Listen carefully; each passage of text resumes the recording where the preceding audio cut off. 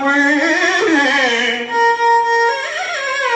பண் சுமந்த பாடல் பரிசு படைத்தருளும் கடவுள் மதுரை கடவுள் மதுரை கடவுள் மதுரை மண் சுமந்து கடவுள் மண் சுமந்து மதுரை கடவுள் மதுரை கோவால் முத்துண்டு பொன் சுமந்த பொன்னேனி மதுரை கடவுள் மேனி மதுரை கடவுள் மேனி புன் சுமந்த மேனி புன் சுமந்த மேனி மதுரை கடவுள் மேனி பெண் சுமந்த பாகத்தன் மதுரை கடவுள் மண் சுமந்த பாகத்தன் மதுரை கடவுள் பொன் சுமந்த பாகத்தன் மதுரை கடவுள் மதுரை கடவுள்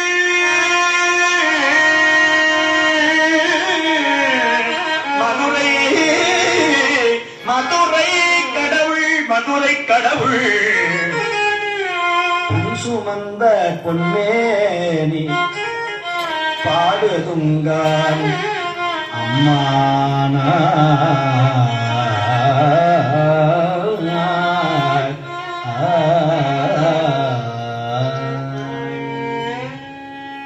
மதுரை கோவால் மத்துண்டு பிரமடி வாங்கினா யாருக்காக வாங்கினா பிட்டுக்காக வாங்கல மணிவாசகரை காப்பாத்தணும்னு வந்தானா இத சித்தர் நம்முடைய கற்பனை களஞ்சியம் சிவப்பிரகாசர் சொல்லுகிறார் விலங்கிளை பகர்ந்த மெய்யுடை முக்கன் காரணன் உரையனும் ஆரண மொழியோ ஆதிசீர் பரவும் வாதவூரன்னல் திருவாய் மலர்ந்த வாசகத்தேனோ யாதோ சிறந்தது என்குவீராயின் திருவாசகம் இங்கொருகால் ஓதின் கருங்கள் மனமும் கரைந்துகக் கண்கள் தொடுமணற்கேணியில் துறந்து நீர் பாய மெய்மயிர் பொடிப்ப விதிர் விதிர்ப்பு எய்தி அன்பர் ஆகுனர் அன்றி மண்பதை உலகில் மற்றையர் இளரேனர். வேதம் போதுனா கேட்க முடியும், ஆனா திருவாசகம் போதினால்தான் கருங்கள் மனமும் கரையும். வள்ளல் பெருமான் சொல்லுகிறார், வாட்டமிலா மாணிக்க வாசகானின் வாசகத்தை அங்கிருக்கிற கீழ்ப்பறவை சாதிகள் கேட்டதுமே மெஞ்ஞான நாட்டமுறும் எனில் இங்கு நான் அடைதல் வியப்பட. ஒரு பிணம் தின்னுகிற கழுகு கூட திருவாசகத்தை ஒரு வாசகத்தை கேட்டால் சைவமாக மாறிவிடுமே. ஆறறிவு படைத்த இந்த மனித ஜென்மம் இத்தனை திருவாசகம் படிக்குது, திருவாரூர்லயே பிறக்குது, உத்தரகோச மங்கையிலேயே பிறக்குது, ஆவுடையார் கோயில் வாசல்லையே சிக்கன் 65 கடை வச்சிருக்கிறான் ஆத்மநாத கோயில் வாசல்ல. ஏன் அவெல்லாம் இத்தனையோ இன்னும் எத்தனையோ பிறவிகள், புல்லாய் பூடாய் புழுவாய் வரமாகி பல்விருக்கமாகி பறவையாய் பாம்பாய் கல்லாய் மனிதராய் பேயாய் கணங்களாய் வல்ல அசுரராகி அப்புறம் முனிவராய் அப்புறம் தேவராய், இதோட முடியல, நாட் இன்ஃபினிட்டி, அப்படியே போயிட்டே இருக்கு. இன்ஃபினிட்டி இது முடிவிலி. சொல்றார், தேவராய் செல்லா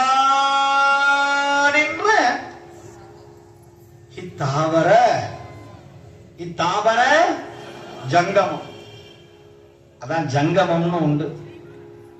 இந்த கர்நாடகாவில் ஒரு பெரியவர் வாழ்ந்து வந்தார், பசவண்ணர்னு பேரு, பசவண்ண சுவாமி.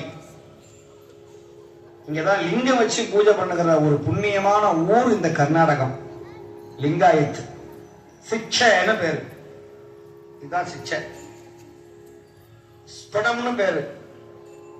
அந்த சுவாமி சித்தலிங்க சுவாமி, நம்முடைய பசவண்ணர் மிகப்பெரிய மகா யோகீந்திர சுவாமி, அவர் என்ன பண்ணினார், அடியார்களை சாப்பாடு போட்டாராம். உலகத்திலேயே பெரிய புண்ணியம் எது தெரியுமா, ஒரு அடியாருக்கு சாப்பாடு போடுறது. இன்னைக்கு இத்தனை கணக்கான அடியாருக்கு சாப்பாடு போடுற புண்ணியத்தை வாரி கட்டி கொண்டிருக்கிறார்கள் நம்முடைய அன்பர்கள். 1000 சிவலிங்கத்திற்கு நைவேத்தியம் செய்த புண்ணியம் ஒரு சிவனடியாருக்கு சாப்பாடு போடுறது. ஆமா, நான் எழுதி தருவேன். அவர் என்ன பண்ணார், நாகேஸ்வர பூஜை உண்டு கர்நாடகாவில், பண்டான்னு பேரு. சாப்பாட்டுல நல்ல பாயசம், கொள்ளைக்கால் பருப்பி எல்லாம் வச்சு நிறைய பழக்கம் உண்டு கர்நாடகா போய் நல்ல பாயசம், அதுலயே பூந்தி எல்லாம் போட்டு நல்ல அருமையான சாம்பார், இனிப்பு சாம்பார் எல்லாம் பண்ணி பண்டா நடத்துவாங்க சுவாமிகளுக்கெல்லாம். எல்லா மடாதிபதி எல்லாம் உட்கார்ந்து திருநீர், அந்த திருநீர் நம்ம ஊர்ல மாதிரி தர மாட்டாங்க தெரியும், அந்த மாதேஸ்வரம் வந்து திருநீர் அப்படி லிங்க மாதிரியா இருக்கும், கையில பூசுவாங்க. அப்படி நம்ம ஊர் மாதிரி திருநீர் கிடையாது இங்க. இங்க கூட இருக்கு இந்த கோயில்ல. அப்படி அந்த பசவண்ணா என்ன பண்ணார், இப்படி உட்கார்ந்து எல்லாருக்கும் சாப்பாடை போட்டு விட்டு எல்லாரும் சாப்பிடணும், அடியாரெல்லாம் சாப்பிடணுமேனு பூஜை பண்றார். அந்த ஊர்ல 2 திருடன், 2 கள்ளன் திருடன் விடிய விடிய ஊரெல்லாம் போய் பீரோவை உடைச்சி, கோயிலை உடைச்சி, நிறைய கையில சாமான் மூட்டையோட வந்துட்டு பசி. திருண்ண சாமான திங்க முடியுமா, தங்கிட்ட திங்க முடியுமா, பசிக்குதுன்னு செயின் எடுத்து வாயில ஒரு 5 பவுன் சங்கிலி எடுத்து என்ன ஆகும், மேல போக வேண்டியதுதான். எல்லாம் வயிற மோகத்தை எடுத்து நல்லா கடிச்சோம்னா என்ன ஆகும், கல்கண்டு சாப்பிடலாம். அப்போ கையில பணம் இருக்கு, சாப்பாடு கிடையாது. இந்த கிராமத்துல பார்த்தா பக்கத்துல ஒரே பாயச வாசம், கமகமான இருக்கு. டேய் அங்க பாடுறா, ஏதோ சாமியார் சாப்பாடு போடுறாரு, எல்லாமே கழுத்துல இதுவும் ஒரு வெள்ளை துணியில ஒரு கத்திரிக்காய் மாதிரி தொங்குதுரா, என்னன்னு தெரியலடா. நம்மளும் அதே மாதிரி வேஷம் போட்டு போனோம்னா ஒருவேளை சாப்பிட்டு உயிர் வாழலாம்டா, படைக்கலாம்னு கதை விடுறோம். இந்த 2 திருடன் என்ன பண்றான், அப்படியே வர்றான். உள்ள எல்லாரும் நம்ம பார்வதி பதையே அப்படின்னு சித்தலிங்க பாடுறாங்க, மாதேஸ்வர சுவாமியை பாடுறாங்க, பந்தேஸ்வராவை பாடுறாங்க. இப்ப என்னாச்சு பார்த்தா, எல்லா இடத்துலயும் பாடுறா, வெள்ளை வெள்ளையா என்னமோ இருக்கு. அதனால என்ன பண்றதுன்னு பார்த்தா, அங்க சோத்துல அப்படி கையை தேய்ச்சான், சுண்ணாம்பு வந்தது, உடம்பெல்லாம் அள்ளி அள்ளி பூசிக்கிட்டான். யாரு, இந்த 2 திருடனும். சரி, ஒண்ணு ஓகே. இப்ப 2வது என்ன, எல்லாரும் கழுத்துலயும் என்னமோ தொங்குது, ருத்ராட்சம் இல்ல, அது சிவலிங்கம். எல்லாரும் கர்நாடகாவில் அந்த சிக்ஷைன்னு பேரு, ஒரு வெள்ளி பெட்டி மாதிரி இருக்கும். அந்த வெள்ளி பெட்டி இல்லாதவங்க ஒரு துணியில கட்டியிருப்பாங்க, பார்த்திருக்கீங்களா, தெரியும். துணியில லிங்கம் உள்ள இருக்கும். என்னடா இது, இப்போதைக்கு என்னடா பண்றதுன்னு பார்த்தான். அப்படியே சுத்தி வந்தா சமையல் அறையில 2 சொத்த கத்திரிக்காய் கிடந்தது, சின்ன கத்திரிக்காய். பிரமாதம்டா, வேட்டியை கிளி, அப்படி துண்டை கிழிச்சு இந்த சொத்த கத்திரிக்காயை உள்ள வச்சு முடிச்சு போட்டு அதை கழுத்தை கழுவிட்டான். Okay, everything fine. இப்ப யாரு திருட, அடியாரம் ஆயிட்டான். எதுக்காக, சோத்துக்காக. பாவம்.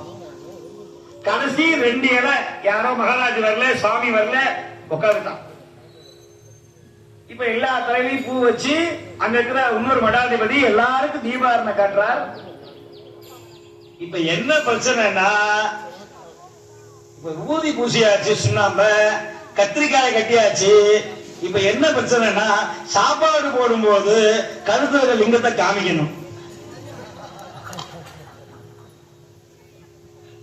வந்துதா சோதனை. நான் அப்பவே சொன்ன, கேட்டியாடா, ஒழுங்கா போயிடலாம்னா. இப்ப எல்லா சாமியாரும் அதுல பாத்தீங்கன்னா ஒவ்வொருத்தரும் கடிகடியா இருக்கான், குண்டா இருக்கான். ஒரு அடி இடி மாதிரி விடுமேடா.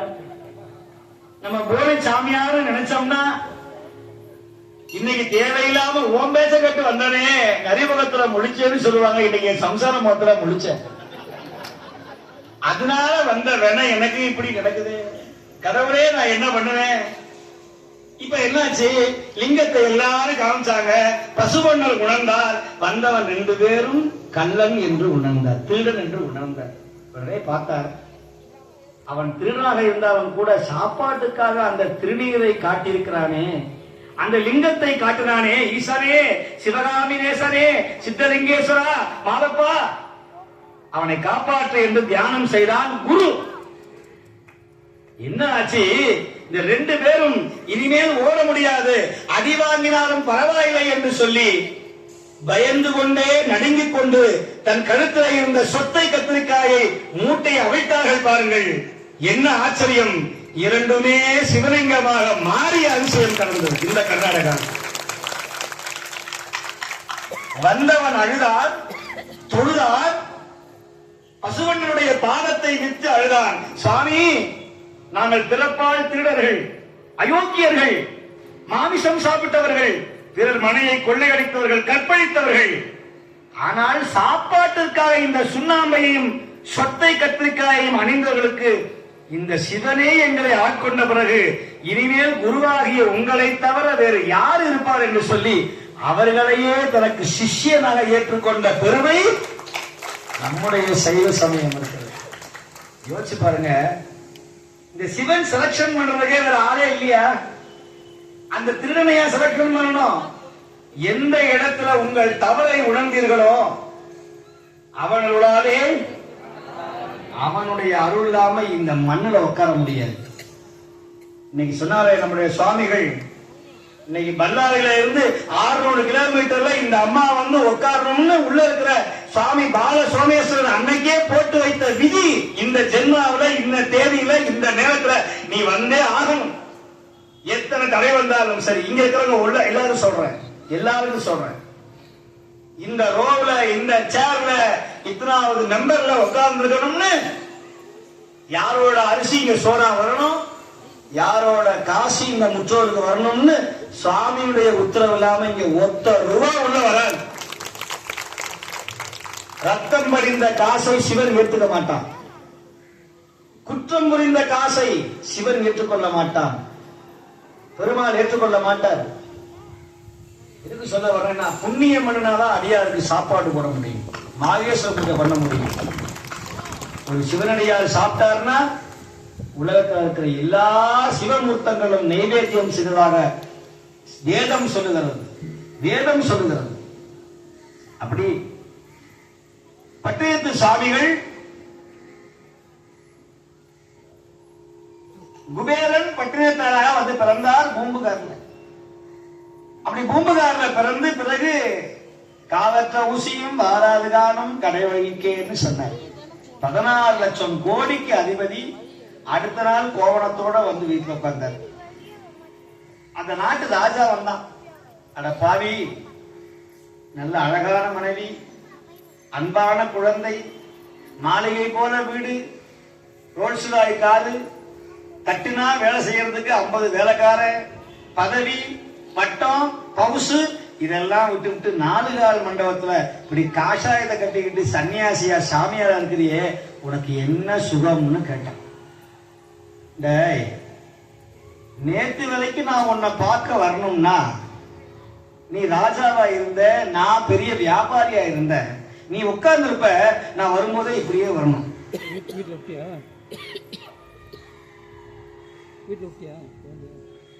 ராஜா ராஜா உத்தரவு ராஜா. ஆனா இன்னைக்கு பாத்தியா, உலகாண்ட மன்னன் நீ நிற்க, ஒன்றுமே இல்லாத ஆண்டி கால் மேல் கால் போட்டு அமர்ந்திருக்கிறனே, இதை விட ஒரு சுகம் இருக்கிறதா உலக? சத்தம் போட. இதுதாங்க ஆண்டவன் இருக்கிறவருடைய துணிச்சல்.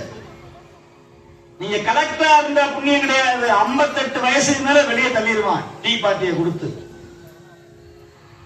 ஆனா இந்த பிடியிலோ, இந்த மிருதங்கமோ, இந்த சொந்தோ உங்களுக்குன்னு போதும் நினைச்சாதான் வைக்க முடியுமே தவிர ரிட்டையர்மெண்டே கிடையாது. உங்களை யாரும் வெளியே அனுப்ப முடியாது. நீங்க ராஜா, நீங்க மந்திரி.